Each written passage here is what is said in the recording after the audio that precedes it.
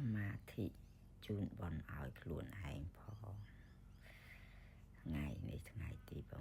8ខែ6 2025អត់មានអីពិបាកគ្រាន់តែមុខញញឹមក៏បានឬក៏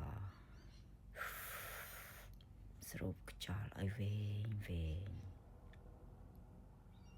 ហើយក៏ផ្ទុកបន្តិចហើយក៏ប្រឡែងមកវិញ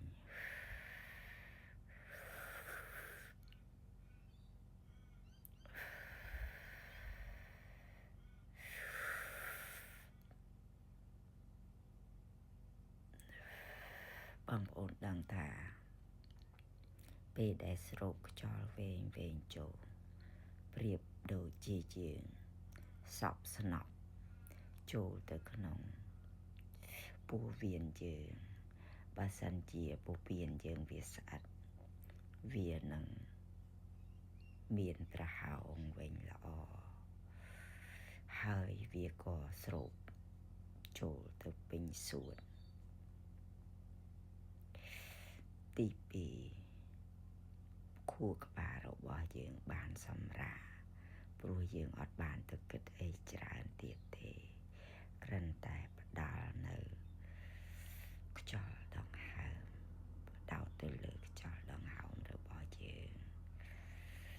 ទី3ជួយឲ្យយើងស្រស់ស្រាយអត់កាត់ stress អស់ទី4ជួយឲ្យយើងមានសុខភាពល្អទី5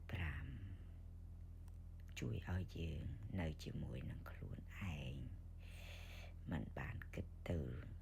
រឿងអ្នកដទៃគឺសំខាន់ផ្ដោតមកតែរឿងយើងនឹងដង្ហើមយើងចេញនឹងចូលទី6ជួយឲ្យយើងអាយុវែងទី7ធ្វើឲ្យយើងមានភីសគ្រប់ពេលវេលាភីសទាំងក្នុងនិងភីសទាំងក្រៅទី8ធ្វើឲ្យយើងជាមនុស្សដែលរស់រាយបំផុតមានស្នាមញញឹមគ្រប់ពេលវេលា